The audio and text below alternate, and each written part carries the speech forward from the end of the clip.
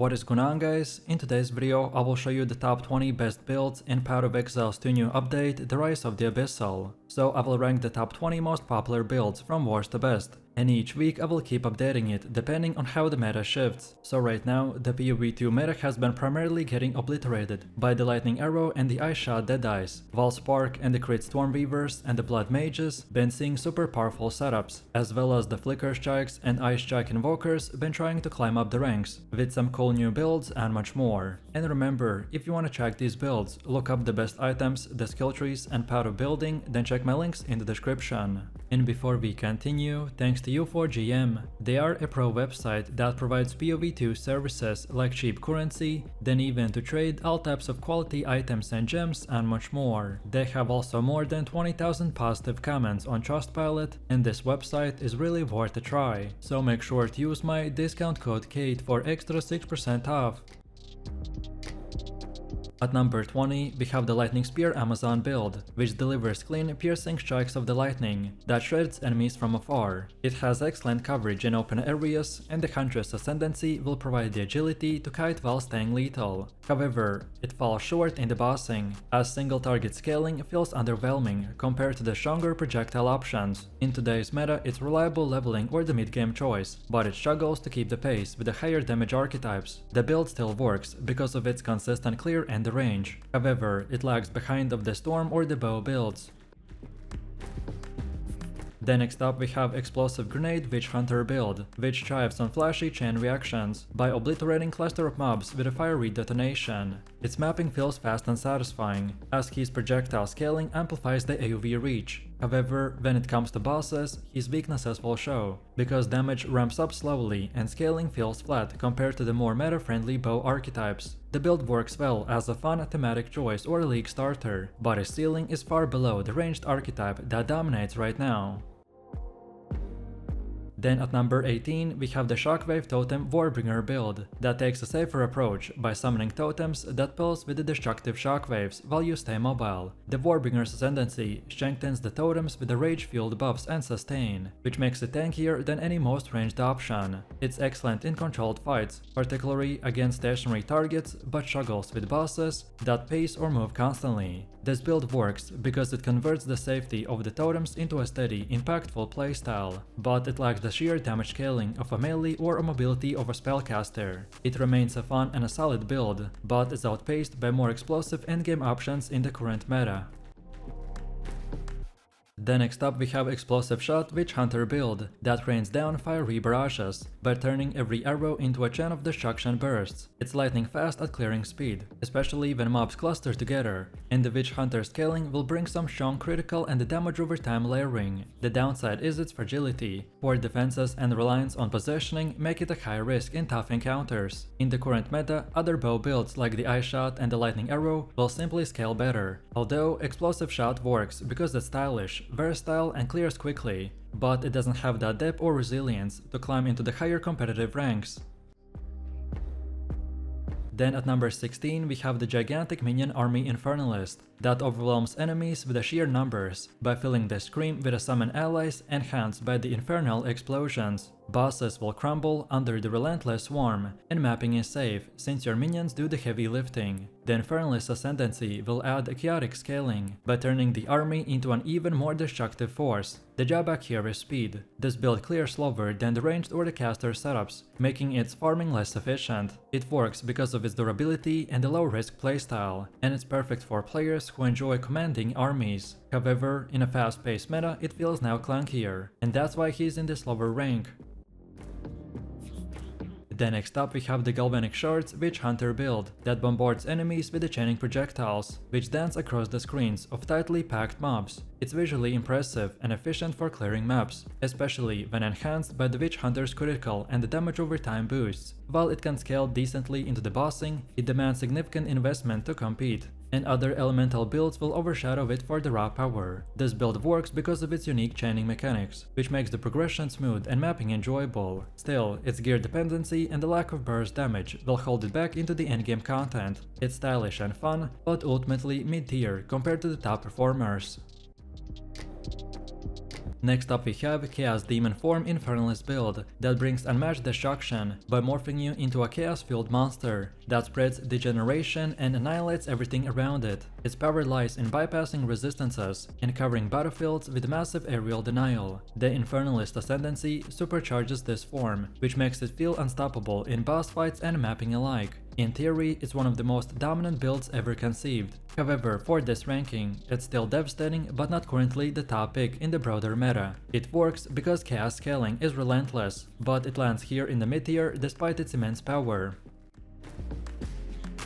Then next we have the Fire Demon Infernalist build, which is a fiery juggernaut by blasting enemies with explosive AoV, while sustaining relentless fire damage. This build is very similar to the previous one, just with a fire element. It's powerful in both mapping and bossing, with the demon form providing not just the raw offense but added durability. This Infernalist Ascendancy synergizes perfectly by amplifying the fire effect until the build feels overwhelming. It's visually stunning and mechanically strong, and it's easily one of the most iconic forms available. Yet in this ranking it sits in the middle. It's dominant but is edged out by more versatile builds that push scaling further. Still, it works because fire never loses its place as a meta powerhouse. Then next we have the Warp Stormweaver build, which is a chaos in a motion by teleporting through the enemies while leaving explosive elemental storms behind. It merges mobility with the damage by rewarding active aggressive playstyle. The Stormweaver's Ascendancy will tie these elements together, ensuring consistent output even against resistant targets. It's incredibly fun for mapping, but its bossing falls short compared to the harder hitting elemental setups. This build works because it turns movement into offense, making it feel fast, stylish and unique. In the current meta though, its ceiling doesn't match the more refined Stormweaver archetypes, which is why it lands here as a strong thematic choice, but not the top elemental storm option. At number 11, we have Ballista Banner Tactician build that embodies strategy by deploying a field of ballistas that scale alongside the empowering banners. The result is a defensive yet devastating playstyle, where automatic weapons will shred while you stay mobile. The Tactician's Ascendancy will guarantee uptime, letting you focus on positioning and survival. In this meta, this is one of the strongest tactical builds, by offering a blend of safety and consistent scaling. It works because it multiplies your presence on the battlefield, with ballistas doing the heavy lifting. Its slower pace, however, keeps it from the top tier, but still it's a unique build that rewards methodical tactical gameplay. At number 10, we have Volcanic Forge Hammer Warbringer build, which is a raw melee power by smashing enemies with the Molten Hammer strikes that erupt into fiery blasts. It's excellent against groups with explosive AoV and bosses with crushing singular hits. The Warbringer's Ascendancy will add a rage-fueled sustain by keeping the build durable even in the tough encounters. While melee builds often struggle in the meta, this one stands out as a contender thanks to its hybrid of the brute force and the elemental damage. It works because it balances survivability with the damage in a way that few melee archetypes will manage. Next up we have Essence Jane Infernalist build that spreads corruption across the maps by dealing steady chaos damage that snowballs into devastating waves of degeneration. Supported by contagion style mechanics, it wipes screens effortlessly while maintaining strong single target damage. Infernalist Ascendancy will push its chaos scaling further, making it a reliable all-rounder for bosses and mapping. In today's meta, it holds its place as a stable, safe, scalable and effective, though less flashy than the newer builds. It works because it balances clear speed and bossing so smoothly, by allowing players to progress without glaring weaknesses. This consistency places it firmly in the upper half of the rankings.